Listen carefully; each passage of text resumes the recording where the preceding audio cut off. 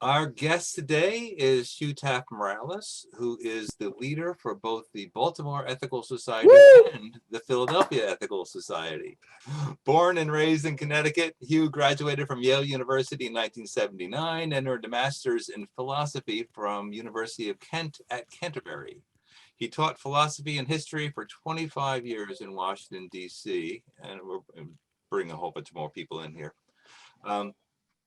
Before making the jump over to leadership. And in addition to Hugh's leadership with the Baltimore and Philadelphia Ethical Societies, Hugh has also played a large leadership role with the national organization, the American Ethical Union, as faculty member for the Lay Leadership Summer School, president of the National Leaders Council, and with his strong support for a multitude of committee and program activities.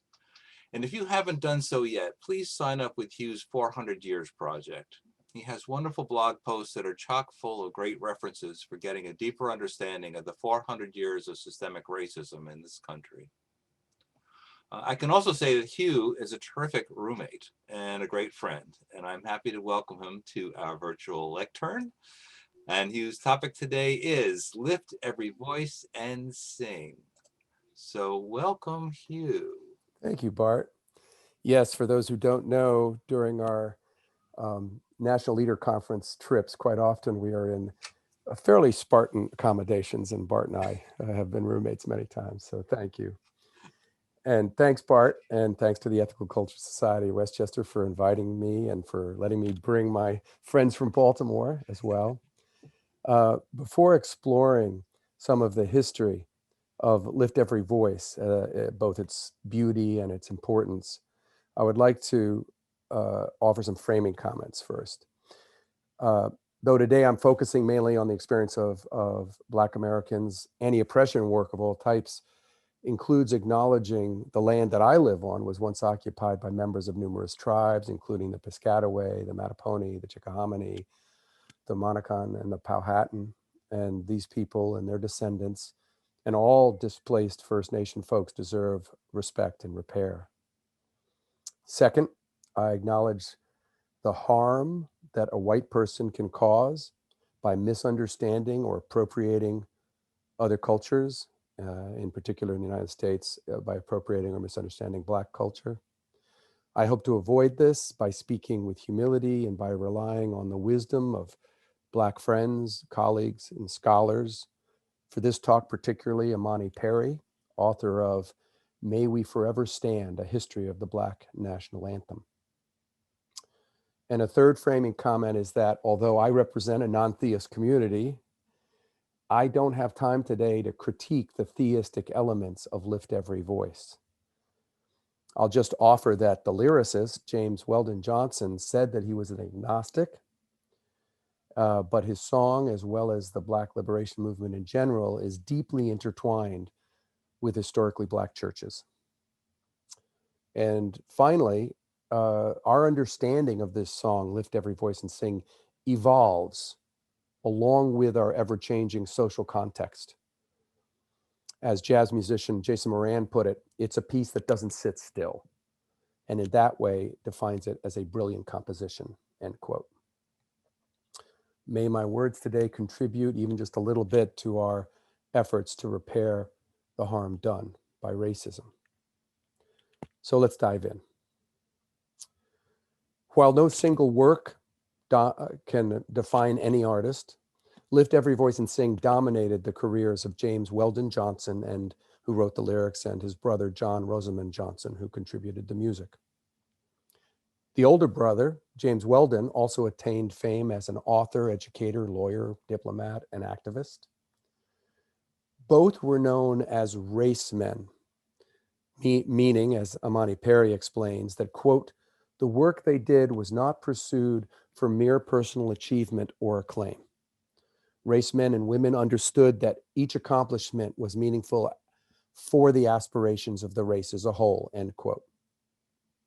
In other words, their individual identity was inseparable from their race. They grew up in Jacksonville, Florida in the late 19th century. It was the largest city in the state. And though over half of the residents were African American, Jim Crow racism dominated.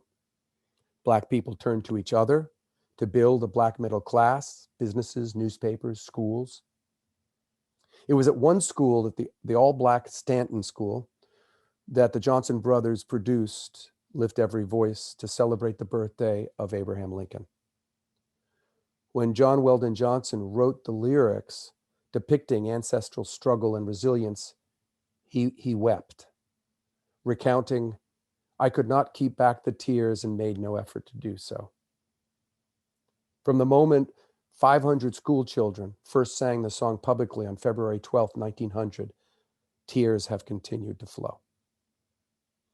A year after the performance, a startling reminder of racism forced the Johnsons to move.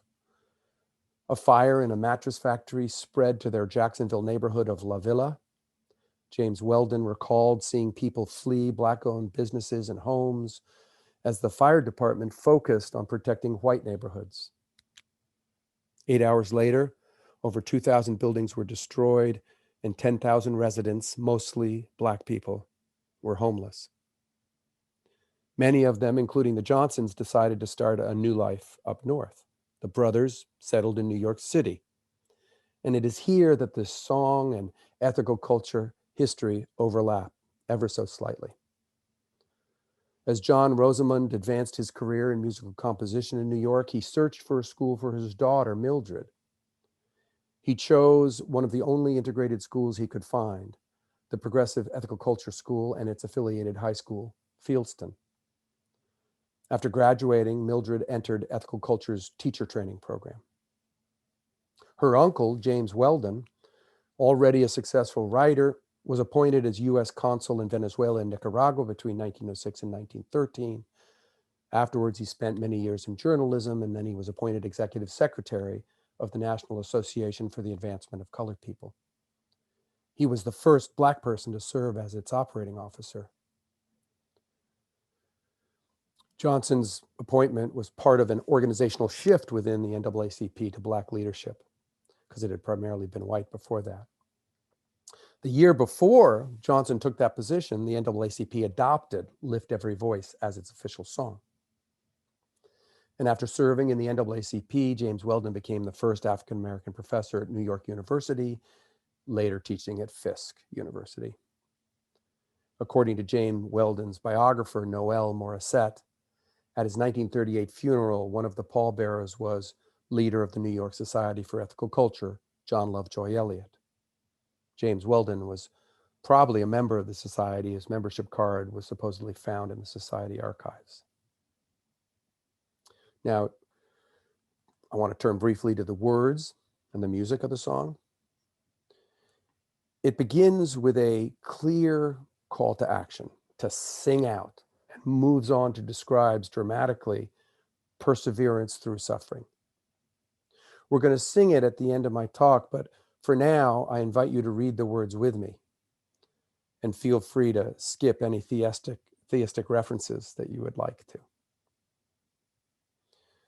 Lift every voice and sing till earth and heaven ring, ring with the harmonies of liberty. Let our rejoicing rise high as the listening skies. Let it resound loud as the rolling sea. Sing a song full of the faith that the dark past has taught us. Sing a song full of the hope that the present has brought us. Facing the rising sun of our new day begun, let us march on till victory is won. Verse 2. Stony the road we trod, bitter the chastening rod, felt in the days of when hope unborn had died. Yet with a steady beat have not our weary feet come to the place for which our fathers sighed. We have come over a way that the tears have been watered. We have come treading our path through the blood of the slaughtered. Out of the gloomy past till now we stand at last, where the white gleam of our bright star is cast. Verse 3. God of our weary years, God of our silent tears, thou who hast brought us thus far on the way, thou who hast by thy might led us into the light, keep us forever in the path we pray. Lest our feet stray from the places, our God, where we met thee, lest our hearts drunk with the wine of the world, we forget thee. Shadowed beneath thy hand, may we forever stand, true to our God, true to our native land. I invite you to just take a deep breath and pause and let that sink in for a second.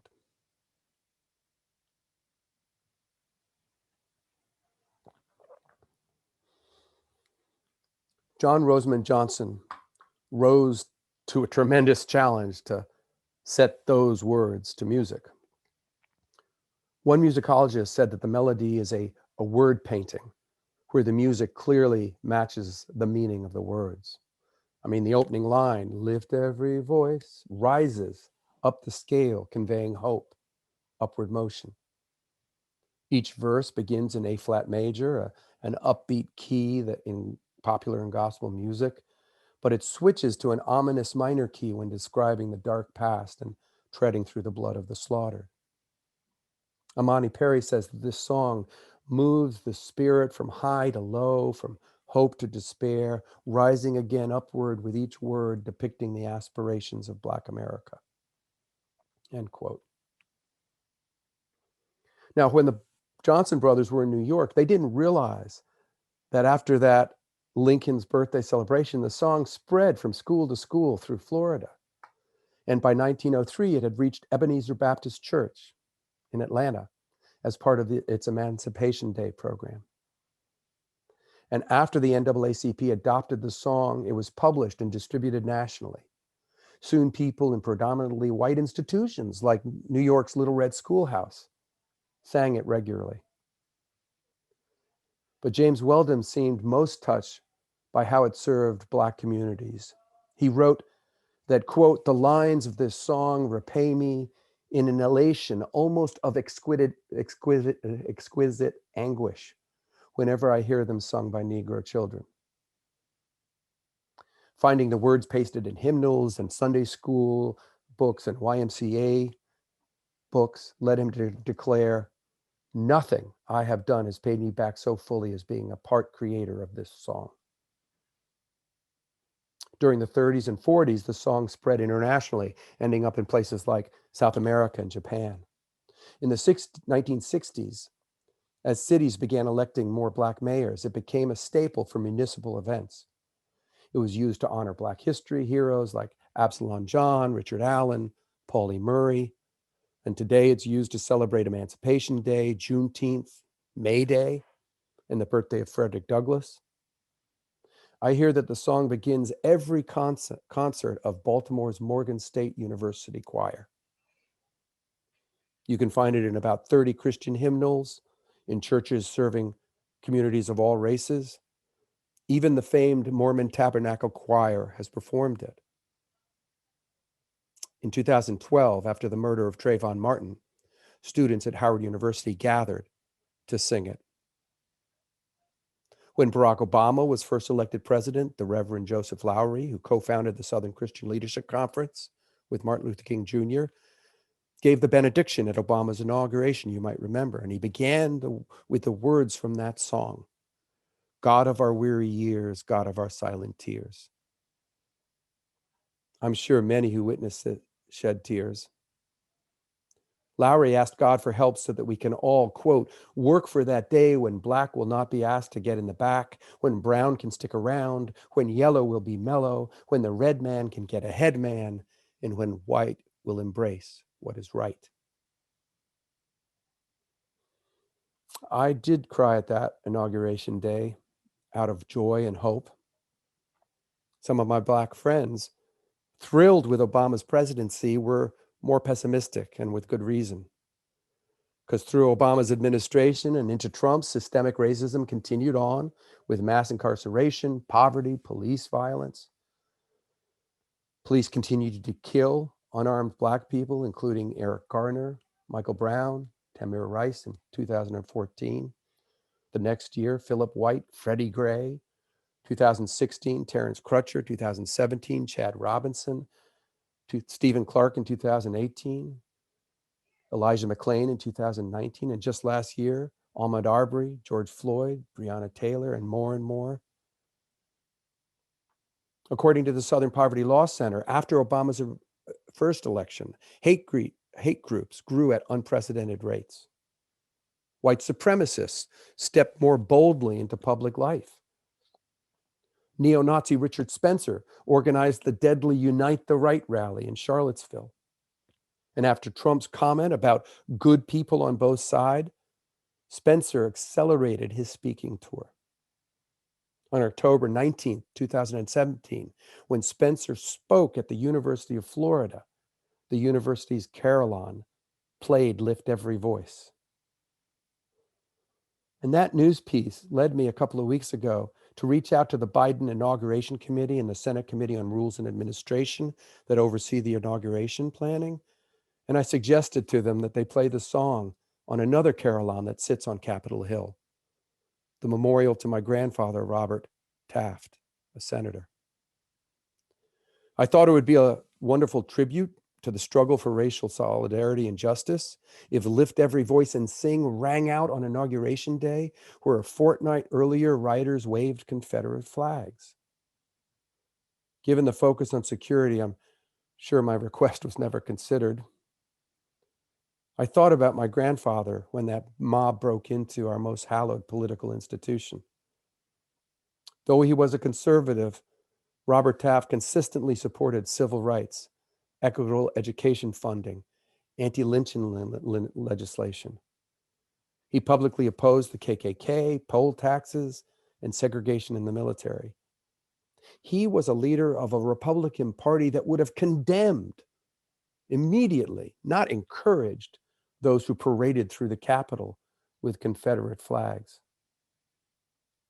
You may have seen this photo of a trespasser carrying a Confederate flag past portraits of two senators. The one on the left is John C. Calhoun, one of the most racist legislators ever. The one on the right is Charles Sumner, an anti-slavery senator. You may know that on May 22nd, 1856, Sumner was assaulted by a pro-slavery U.S. representative on the Senate floor and nearly beaten to death for 20 minutes. Sumner was permanently disabled, and only after 3 years of convalescence did he return to the Senate chamber. A century and a half later, people died in that same Capitol due to violence fueled by racism. Thanks, we can get rid of that photo. When I made that suggestion to lift every voice to ring out over Capitol Hill on Inauguration Day in the midst of our heated political climate, I wondered, would that be taken as a sign of racial solidarity, racial justice, or would it be too provocative and too divisive? Because it doesn't take much to spark white backlash. After all, if taking a knee during our national anthem to protest racially biased killing got Colin Kaepernick banished from the NFL, you know that it doesn't take much. Of course, this year, the NFL played Lift Every Voice alongside the national anthem. And while it seemed more of a profit-driven corporate strategy, in the end, did it unify or divide us? So would Lift Every Voice played on the Taft Carillon have only fueled extremist sentiment? This tension between division and unity was evident in conversations about Lift Every Voice a century ago. Soon after that song became famous, it was clear that there was no consensus about it in the Black community, particularly over whether it should be called the Black National Anthem.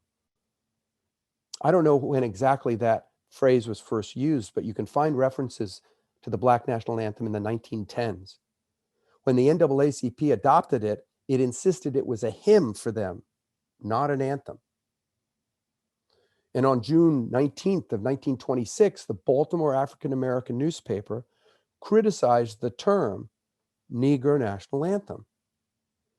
First, it said it made no sense to call it that because, quote, there are only two independent sovereign Negro nations of African origin. They are the republics of Haiti and Liberia, and they probably won't replace their existing anthem with this song. The editorial went on to reject Black nationalism in general, concluding that no separate Black anthem nor flag would be needed. Quote, "We need neither. We are American citizens." Now, it doesn't surprise me that some Black leaders, already marginalized by racism, would want to avoid seeming unpatriotic. Many Black citizens who wanted to prove their patriotism served in the military and died in battle. They were struggling to be accepted as Americans. According to Timothy Askew, a professor at Clark Atlanta University, many African Americans were saying, well, if we've marched and we've attained what we hope to be equality, we can't have a Black anthem. We need an anthem that links us all together, end quote. Now, the most hostile condemnation of Lift Every Voice came from anti-communists.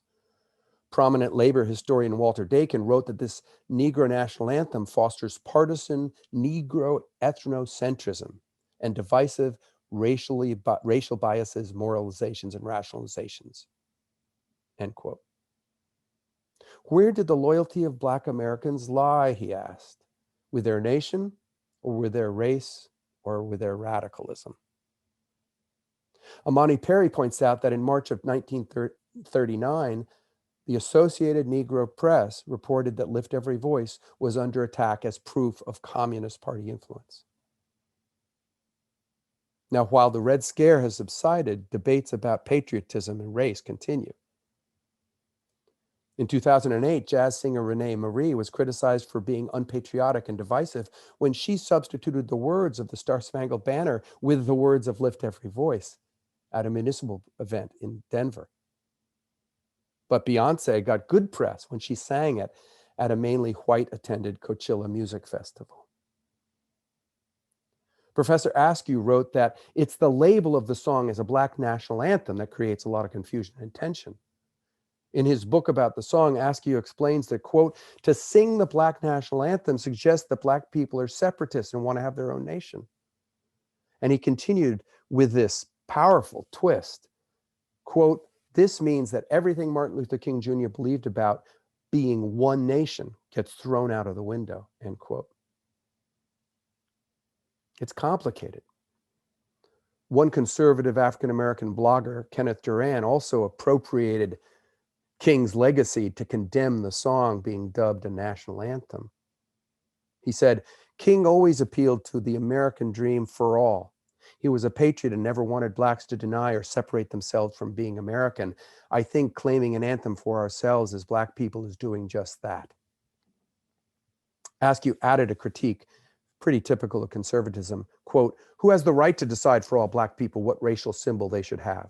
Identity should be developed by the individual himself, not a group of people who think that they know what's best for you. As a white person, I'm mainly trying to learn, but clearly you see how dangerous this is to try to manage our way through understanding it fully.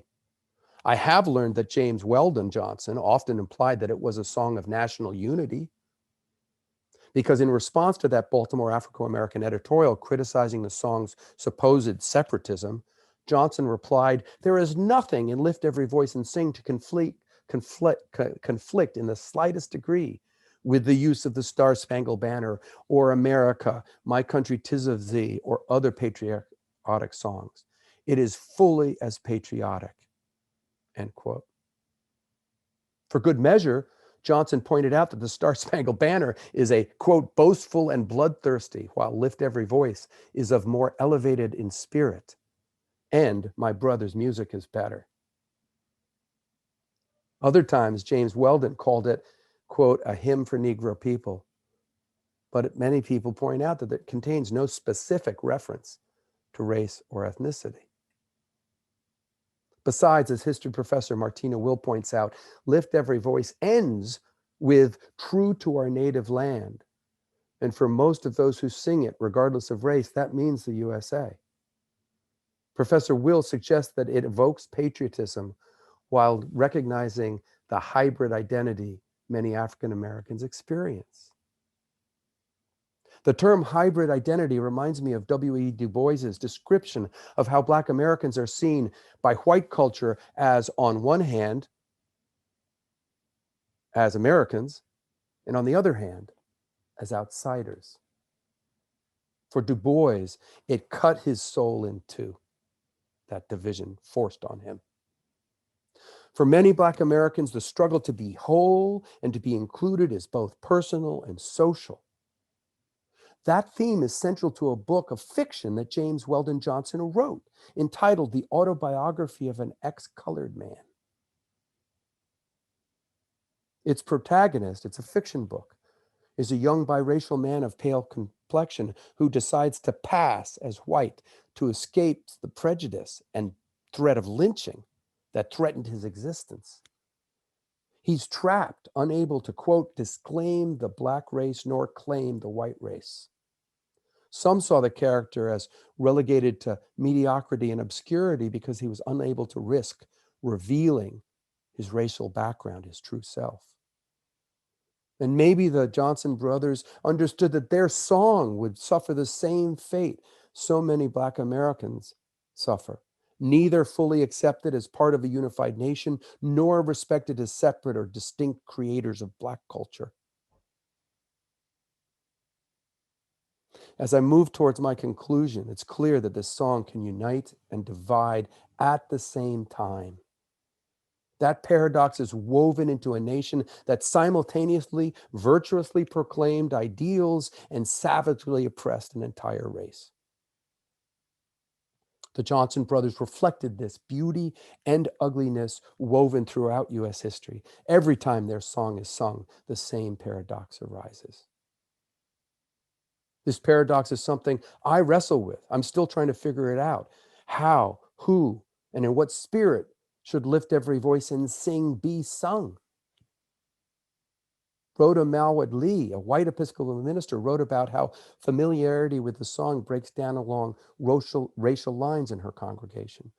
She was struck by how, when singing the words, "Stony the road we trod, bitter the chastening rod," she knows that, quote, some in the congregation are descended from people who trod the stony road of slavery on towards emancipation through the blood of the slaughtered, while others' ancestors held those people in slavery.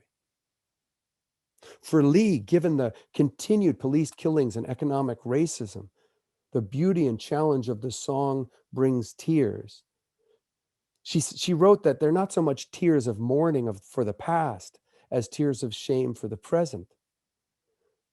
But she says they're also tears of wonder at the grace of her Black congregants who sing the song in white spaces that don't fully embrace anti-racism. In my own struggle to confront and deconstruct systemic racism, I've shed tears of shame, but I want to move past that. Shame can be so unproductive. Tears do not need to be unproductive, especially when they're tears of wonder. I shed some of those tears during the inauguration this past Wednesday, and I'm sure many of you did as well.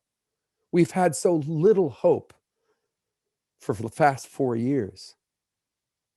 Tears can bring hope and transcendence and positive change. Amani Perry wrote about Maya Angelou's 8th grade graduation at Lafayette School, a school for Black children. Graduation was a big deal for that community. And in the middle of that sacred ceremony, a white politician walked in, Mr. Dunleavy, interrupted it with a speech reminding those assembled of their lowly status. Then he simply walked out. Angelou wrote of that moment, quote, "To my left and right, the proud graduating class of 1940 had dropped their heads. We were maids and farmers, handymen and washerwomen, and anything higher than that we aspired to was farcical and presumptuous. The man's dead words fell like bricks around the auditorium, and too many settled in my belly." With grace, to the rescue came student Henry Reed with his valedictory speech, followed by an impromptu, nearly spoken rendition of Lift Every Voice and Sing. In that moment, as Perry describes it, Quote, the Negro National Anthem was a tool of transcendence. It was a tool of community building. It was remembered by Angelou as reflecting the very spirit of Black resilience. Sadly, such resilience continues to be required. UCLA professor Shanna Raymond wrote that, quote, Black communities across the globe continue to be vulnerable in unique and unsettling ways. To sing this song is to revive the past, but also to recognize, as the lyrics of the song reveal, that there is a hopeful future that might come of it. Am I naive to think that we are slowly creating a future that redefines race, power, and patriotism? One contemporary critic, Keith Cartwright, interprets the song's patriotism as belonging to a, quote, utopian space built of the stuff of Black experience here on these shores, but reaching for something or somewhere else where freedom would be truly possible. Is this way the song is both challenging and emotionally uplifting? This is why it's a song of tears and transcendence. Amani Perry wrote about when her family was grieving the death of her grandmother. Quote, she was my family's guiding force. Sadness lingered. Spontaneously, I asked my son, to share the song he'd been learning in school. He stood up and began to sing. Before he finished the first line, everyone in my mother's generation stood up with him, raised their right arms with solid black power fists, his eyes widened like saucers, and mine filled with tears, end quote. In 1926, the Pittsburgh Courier added how tears can bring comfort. It wrote, when the cords around your heart are strung to the breaking point, sing. Sing your cares away. Soon the cords begin to loosen and tears may fall, soothing the spirit like spring showers. Thank you.